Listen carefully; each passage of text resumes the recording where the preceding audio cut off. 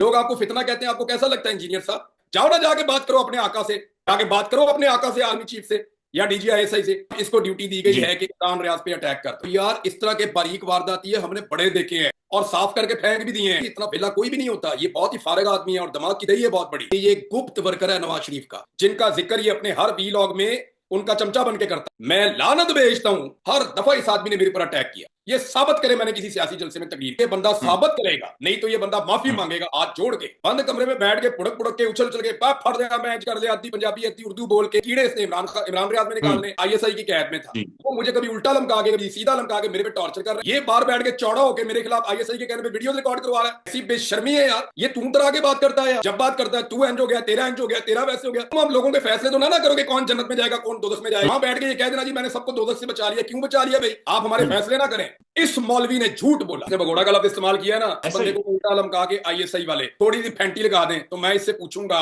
कि भगौड़ा होता क्या। ऐसा फ्रॉड आदमी है। इन्होंने मुझे बड़ा इंसिस्ट किया कि देखिए जी आप तारिक जमील साहब को मिलने गए हैं, आप मुझे भी मिलने आइए। तो इन्होंने जिद लगा ली कि नहीं नहीं आपने आना है, हम्म। आपने मुझे मिलने आना है। मैं फिर भी नहीं गया इनको मिलने के लिए। ये इंजीनियर मोहम्मद अली मिर्जा साहब मुझे कहते थे मिलने के लिए।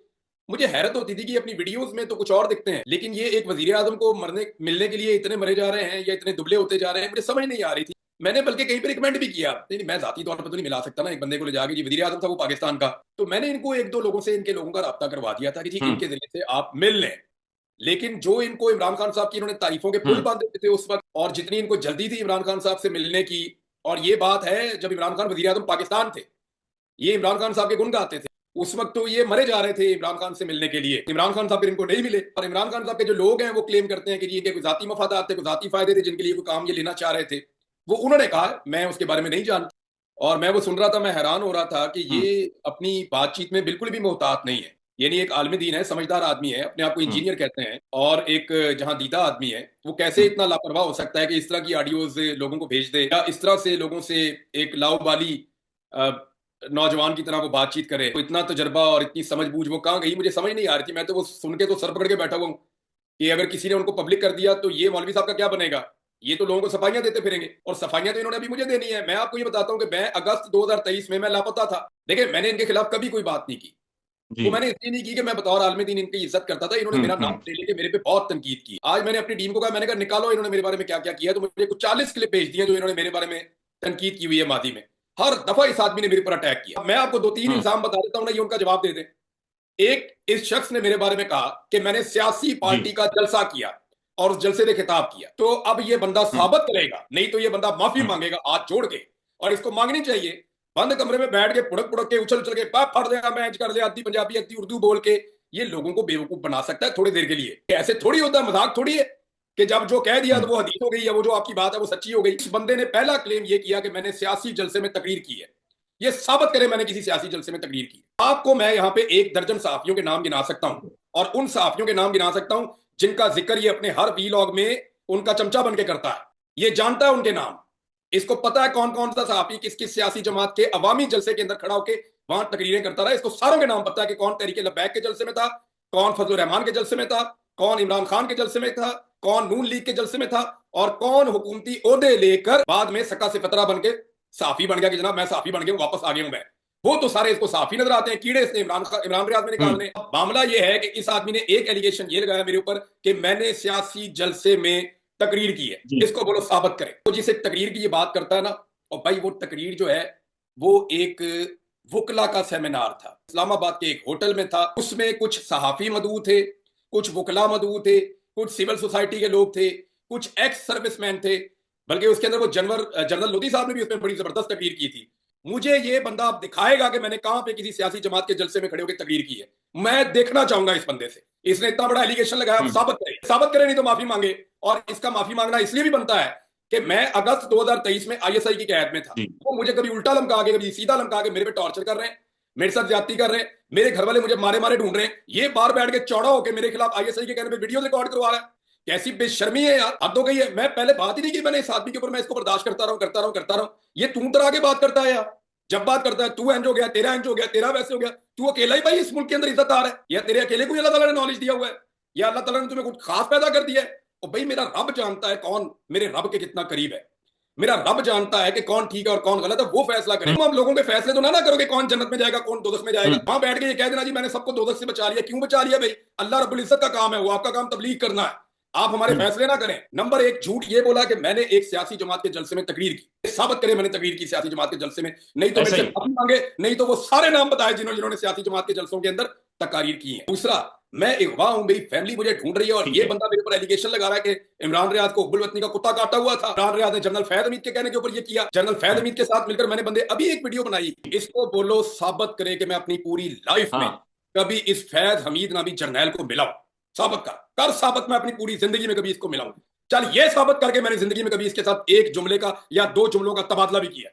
साबित करके कभी मैं और ये आदमी कभी एक जगह पे इकट्ठे भी हुए अपनी पूरी जिंदगी में।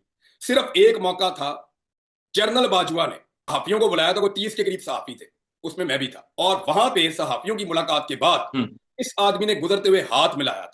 बस वो हाथ मिलाने का मैं इसके साथ रवादार हुआ हूं। अब मैं आपको ये बताता हूं कि इसको ये बात किसने बताई। आईएसआई ने जब मुझे अगवा किया ना सियालकोट जेल से, तो मुझे जो सबसे ज्यादा टॉर्चर करते थे ना, और जो सवाल सबसे ज्यादा वो मेरे से पूछते थे, यानी लाहौर में वो कर्नल फाइक, वो तो स्पेशली एक दिन ये पूछने आया मेरे से कि सही बताओ कि जनरल फैज को कितनी बार मिले। तो मेरे से ये पूछते थे कि जनरल फैज से तुम्हारा क्या ताल्लुक है, तुम जनरल फैज को कितनी बार मिले हो, जनरल फैज के साथ तुम्हारी क्या बात हुई है। मैं लानत भेजता हूं कि अगर मेरी जिंदगी में कभी एक दफा भी जनरल फैज हमीद से मुलाकात हुई, ना मैं उस बंदे को कभी मिला, ना मेरी कभी उसके साथ गुफ्तगू हुई, ना मैं कभी उस बंदे के साथ कहीं पे बैठा, मेरी कोई मुलाकात उस बंदे से नहीं है। अब ये मौलवी साबित करे, इसने इतनी बड़ी तोहमत लगाई है कि मैं जनरल फैज के साथ मिलकर बंदे अगवा करता था या लापता करवाता था। ये मौलवी तो माफी नहीं मांगता ना, ये तो अड़ जाता है अपनी जिद के ऊपर, जहां गलती करता है वहां पे भी माफी नहीं मांगता, रुजू करता ही नहीं है किसी जगह पे भी। फिर इसने एक और मेरे पे इल्जाम लगाया कि मैंने असद टूर और मुतीउल्ला जान और अबसार आलम, इन तीनों के साथ जब ज्यादती हुई तो मैंने खुशियां मनाई। इस मौलवी ने झूठ बोला, और उस वक्त झूठ बोला जब मैं जुल्म और बर्बरियत बर्दाश्त कर रहा था। उस वक्त झूठ बोला जब आईएसआई ने मुझे अगवा किया हुआ था, क्योंकि देखे ना बाहर लोग मेरे लिए आवाज उठाते थे। अब ये बंदा क्या करता था, ये उस वक्त मामला को बैलेंस करने के लिए अपने हैंडलर्स के कहने के ऊपर ये गेम डालता था, और मैंने फिर भी इसको माफ किया। मैंने कहा छोड़ो यार, दफा कर। लेकिन जब मैंने ये देखा कि यार ये बंदा अपने प्लेटफॉर्म को नुकसान पहुंचा रहा है, बहुत सारे लोग इससे कोई अच्छी बात भी सीखते होंगे, तो जब लोग अच्छी बात जहां से सीखते हैं उसको थोड़ा सा समझाना चाहिए। मैंने समझाने के जुमरे में एक वीडियो करके इसको पैगाम दिया। मुझे मेरी 7 महीने पुरानी वीडियो है, और यार 7 महीने पहले आप फितना कह रहे हैं एक पॉलिटिकल पार्टी को, आपने 7 महीने पहले एक पॉलिटिकल पार्टी को फितना कह दिया या आज कह दिया, क्या फर्क है इसमें? इंजीनियर मोहम्मद अली को किसने बताया? क्योंकि ये शक सिर्फ आईएसआई को था, और मैंने आईएसआई को इस बात का चैलेंज किया था कि जनरल फैज हमीद आप लोगों के पास ही है पाकिस्तान में, उसको पकड़ो, उससे पूछो कि इमरान रियाज तुझे कभी मिला जिंदगी में? अगर मैं मिला हूं उससे तो फांसी की सजा दो। या ये बात आईएसआई ने की है जनरल फैज वाली, या ये बात इंजीनियर मोहम्मद अली मिर्जा ने की। अब इंजीनियर मोहम्मद अली मिर्जा को किसने बताई है?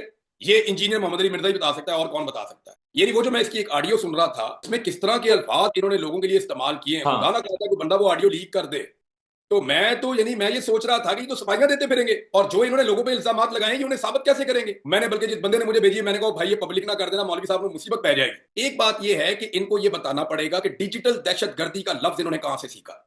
मैंने ये लफ्ज पहली मर्तबा डीजीआईएसपीआर और आर्मी चीफ से सीखा। मैंने उनसे सुना कि डिजिटल दहशतगर्दी की टर्मिनोलॉजी होती है। इस बंदे ने कहां से सीखा ये हमें बताए। एक दिन ये बंदा कहता है कि ये ऑर्गेनिक है, एक दिन ये बंदा कहता है कि ये सारा का सारा पब्लिक का रिएक्शन है, जो इतने लंबे अरसे में मिलिट्री एस्टेब्लिशमेंट ने जुल्म और सितम किए हैं उनकी वजह से ये लोगों का रिएक्शन आ गया है। दूसरी वीडियो में ये बंदा कहता है जी ये सारे फितने, दूसरी वीडियो में ये बंदा कहता है जी ये डिजिटल दहशतगर्दी हो रही है, और ये दहशतगर्द ने पाकिस्तान की नजरियात के ऊपर अटैक कर दिया। तो मुझे इस बंदे में और लाल टोपी वाले में कोई फर्क नजर नहीं आया। जब इस तरह की हरकत इसने की ना, तो मुझे लगा जैसे लाल टोपी वाला है ना प्लाटों में दौड़ने लगाता है, इस बंदे ने भी अपना एक बंद कमरा रखा हुआ है कंपाउंड, उसके अंदर बैठ के पुड़कता रहता है, उछलता रहता है ऐसे करके ना। और यार नीचे गाओ तकिया रख के उसके ऊपर उछल उछल के बातें करना बहुत आसान होता है, बाहर निकल पता चलता है आटे दाल का क्या भाव है। और ये कहते हैं कि एक और इन्होंने एलिगेशन लगाया मेरे पे कि जनाब नवाज शरीफ और इमरान रियाज, यानी नवाज शरीफ भी भाग गया था मुश्किल पड़ी, तो इमरान रियाज भी भाग गया तो मुश्किल पड़ी। और भाई वो 3 दफा इस मुल्क का वजीर आज़म रहा, भगोड़ा का लफ्ज इस्तेमाल किया ना। मैं ये कहता हूं कि इस बंदे को उल्टा लमका के आईएसआई वाले एक दिन रख लें, 2 दिन रख लें, थोड़ी सी फैंटी लगा दें, तो मैं इससे पूछूंगा कि भगौड़ा होता क्या है। मैं 1 मिनट के लिए अपने मौके से पीछे नहीं हटा जिस दिन से अल्लाह ताला ने मुझे ये तौफीक दी है। मैं पूरी ताकत के साथ अपने मौके पर खड़ा हूं। ये उनके साथ खड़ा होता है जाके जो आज लाशों का मजाक उड़ाते, ये उनके साथ जाकर खड़ा होता है। ये नवाज शरीफ का गुप्त वर्कर है। भाई आप इसको गौर से सुने तो जब नवाज शरीफ की बात करता है तो टोन डाउन हो जाती है, जब इमरान खान की बात करता है तो उछलना शुरू कर देता है, पुड़कना शुरू कर देता है अपनी जगह से। तरीका वारदात समझे जरा। तरीका वारदात ये है कि हल्का सा नवाज शरीफ को बुरा कह लेना है, हल्का सा एस्टेब्लिशमेंट को तुनका लगा देना है, हल्का हाँ। सा जरदारी साहब को कुछ कह देना है और उसके बाद इमरान खान पे बाद एक मजाइल फेंकना है तरीका है वारदात। और जब कोई कल को तनकीद करे हम्म। तो उस पे ये कहना है कि जनाब देखें जी मैं तो सबके खिलाफ बात कर रहा था। वो यार इस तरह के बारीक वारदात ये हमने बड़े देखे हैं और साफ करके फेंक भी दिए हैं। ये हम्म। एक चार दीवारी के अंदर बैठ के इसको लगेगा कि ये वहां बैठ के लोगों को बेवकूफ बनाएगा। हम्म। इसको ड्यूटी दी गई जी। है कि इमरान रियाज पे अटैक कर दो। हुआ हम्म। ये है कि मैं आईएसआई के हाथ से क्यों निकलकर पाकिस्तान से बाहर आ गया, इसके लिए इंक्वायरी भी चल रही है पाकिस्तान में। इतना बेला कोई भी नहीं होता, ये बहुत ही फारग आदमी है और दिमाग की दही है बहुत बड़ी। ये कहता है ना लाइव आना है। हाँ। नंबर एक, ये साबित करे कि मैंने सियासी जलसे में हम्म। तकरीर की है। नंबर दो, ये साबित करे कि मैं जी। और फैज हमीद दोनों इकट्ठे थे और हम पाकिस्तान में बंदे अगवा करवा रहे थे। ये मेरे पे इसने एलिगेशन लगाया ना। जी। तीसरा, ये साबित करे कि मैंने इन तीन हम्म। सहाफियों का जिनका इसने नाम लेकर कहा कि मैंने इनका मजाक उड़ाया है। हालांकि जो अबसार आलम है उसने अपने मुंह से कहा था कि मेरा सहाफत से कोई ताल्लुक नहीं है। अबसार आलम को आज ये सहाफी कहता है वो इतना बड़ा हम्म। फ्रॉड है, उसने हमें इतने नोटिस भेजे, पैमरा के इतने नोटिस भेजे उस बंदे ने। और ऐसा फ्रॉड आदमी है काशिफ अब्बासी को, यानी एथिक्स चेक करें आप कि अपना वीलॉग चल रहा है और उसमें काशिफ अब्बासी को फोन लगा दिया और फोन लगा के we are standing with you Kashif, मैं आपको स्पीकर पे डाल रहा हम्म। हूं। और उसके बाद जनाब उंगलियों से मट्टी झाड़ के निकल गया। जाओ ना जाके बात करो अपने आका से, नवाज शरीफ से, कि काशिफ अब्बासी का प्रोग्राम क्यों बंद किया है। जाके बात करो अपने आका से, आर्मी चीफ से या डीजी आईएसआई से, कि काशिफ अब्बासी का प्रोग्राम क्यों बंद किया है। अपने प्रोग्राम तो इनके बड़े तुरम तराम से चल रहे हैं। अपने प्रोग्रामों के अंदर तो ये झूठ पे झूठ, झूठ पे झूठ बोल रहे हैं, इसके बावजूद इनके प्रोग्राम चल रहे हैं। काशिफ अब्बासी ने सच बोल दिया, उसका प्रोग्राम बंद कर दिया। हबीब अकरम ने सच बोल दिया, उसका प्रोग्राम बंद कर दिया। समीना पाशा ने सच बोल दिया, उसका प्रोग्राम बंद कर दिया। इमरान रियाज का प्रोग्राम भी बंद कर दिया, पारस का प्रोग्राम भी बंद कर दिया, और मकबूल जान का प्रोग्राम भी बंद कर दिया। हारून रशीद साहब को भी अपना दुश्मन बना लिया। कोई बंदा तो छोड़ दो भाई। अब तो तकरीबन हमारे 30 के करीब बंदे हो गए। साबिर शाकिर, बुई पीरजादा, ये वजाद खान, ये हमारे 30 के करीब साफी हो गए जिनको साथ इन्होंने जुल्म किया है। मैंने आपको कहा है कि ये गुप्त वर्कर है नवाज शरीफ का, गुप्त वर्कर है। ये हमेशा क्या करता है कि नवाज शरीफ के मामले में हल्का सा थोड़ा रखता है और एकदम इमरान खान के ऊपर अटैक कर देता है और बाद में कहता है कि मैं तो बैलेंस कर रहा हूं। लोग आपको फितना कहते हैं, आपको कैसा लगता है इंजीनियर साहब? जब लोग आपको कहते हैं कि आप फितना है तो आपको कैसा लगता है? जब लोग आपको ताने देते हैं तो आपको कैसा लगता है? बिल्कुल इसी तरह आप लोगों के साथ करते हैं। वारदाती है, वारदात हम्म। डालता क्या है। और देखें जी, धांधली तो 2018 में भी हुई थी और फिटे मुंह ताटी शक्ल दे होते। 2018 को 2024 से तुम कंपेयर कर सकते हो, बेशर्म आदमी। अच्छा, ये इमरान रियाज खान जनाब कैंची की तरह चलती हुई उनकी ज़ुबान और वो चरचर करती हुई उनकी बातें, गुस्सा है, इतना गुस्सा। वो जो है जेल में वो इंजीनियर मोहम्मद अली, उस पर गुस्सा है। उसने भी तो इनके दुम पे पाँव रख दिए और वो ऐसी रखी कि छेड़ दिया। वही जो इमरान खान को हीरो मानता था, उसकी तारीफ़ें करता था, आजकल किसी और की ज़ुबान बोल रहा है। पता नहीं उसका सॉफ्टवेयर अपडेट हो गया कि गुस्सा दिला दिया। उस तरफ से आफ्ताब इकबाल, इस तरफ से इमरान रियाज खान, वो गुस्सा ना निकालें और क्या करें। वो प्रदेश में दरबदर हो गए, उनका ख़ानदान तबाह, उनके कारोबार तबाह, और ये अपने कारोबार की हिफाजत और अपने बिजनेस जो वो कर रहे हैं उसकी हिफाजत के लिए अपने आकाओं की एक भी थ्रेट बर्दाश्त ना कर सके। ये तासुर बनता है इमरान रियाज खान की सब बातों से कि ये जेल में ये उनका प्रेशर बर्दाश्त नहीं कर सका। इसलिए जो ना उसी ज़बान से जिस शख्स की वो तारीफ़ें किया करता था इमरान खान की, उसकी गिला करना शुरू कर दिया। वो तमाम हक प्रेस सहाफ़ी जिनकी तादाद लगभग 30 बता रहे हैं इमरान रियाज खान, उनका इन्होंने जीना हराम कर दिया, उनके ख़ानदान तबाह कर दिया, उनका कारोबार तबाह कर दिया। वैसे तो पीटीआई का नाम लेने वाला और पीटीआई का झंडा उठाने वाला, पीटीआई के साथ देने वाला और इमरान खान को वोट देने वाला सारे इतने सफ़र हुए हैं कि पाकिस्तान की तारीख़ में इससे पहले इतना बड़ा क्रैकडाउन और इतनी बड़ी ज़्यादती कभी आवाम के साथ नहीं हुई।